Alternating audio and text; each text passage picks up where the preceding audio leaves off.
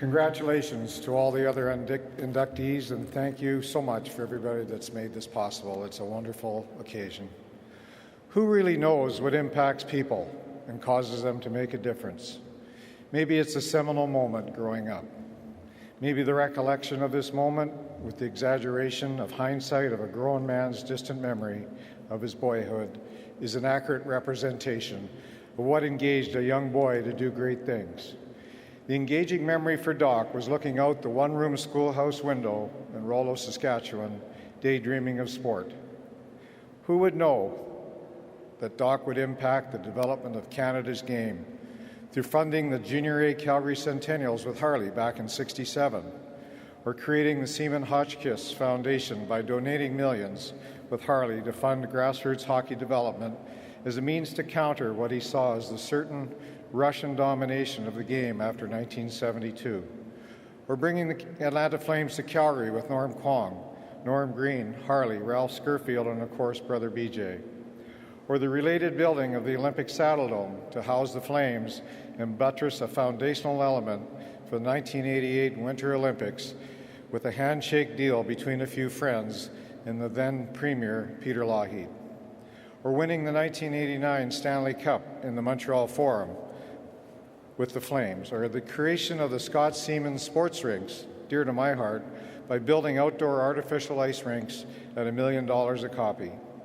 or a major bequeath, as you've just heard, from his estate to the benefit of hockey in Canada as his final contribution.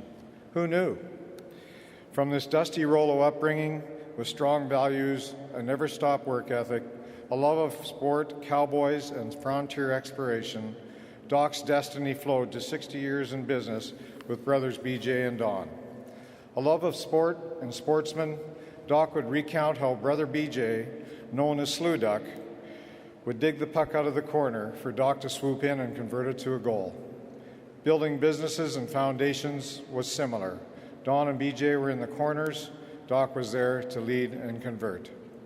On behalf of my sister Diane, my brothers Gary, Ken, Doc's brothers Don and BJ, all of whom are here today, our entire family. Doc's many friends, and especially on behalf of Doc, thank you for this honor.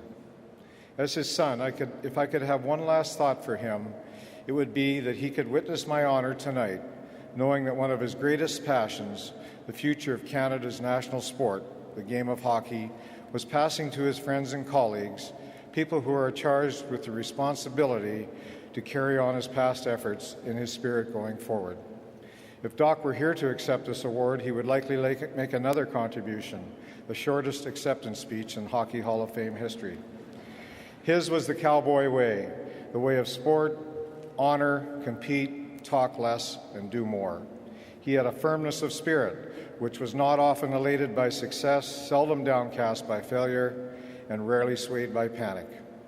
Later in life, his book, Stay in the Game, became his message. Doc was always in the game, on his game until he died January 11, 2009. Doc enjoyed simple pleasures. He wore T-shirts and shirts that were threadbare, rarely threw out underwear, and never owned a luxury automobile. With Doc as pilot and Tom McGlade as his navigator, they formed the core of an aircrew that, during the course of World War II, as you've heard, would fly 82 combat missions. So many crews never came back. Doc would say, "We only gave our youth, many gave their lives." In their very first sortie from England to their posting in Africa, 20 of 26 aircraft in Doc's squadron were lost. After the war, Doc completed his engineering studies in Saskatchewan and went on to business. The road was not easy. The loss of his wife, the loss of his grandson, my son, the challenges of business, of war, and of life itself. Doc's accomplishments were possible because they were built on a bedrock foundation of values that defined Doc Seaman's character. Values that Doc saw manifested in pure sport, especially a sense of duty, love of country, and community. Hard work, and more hard work. These principles guided him in everything he did every day. The way he conducted business, lived his life, and played sport. He was mostly proud of his tangible manifestations because they provided him the forum and the outlet in which to engage his system of values. It was not for him or his ego that he built these things. It was for others.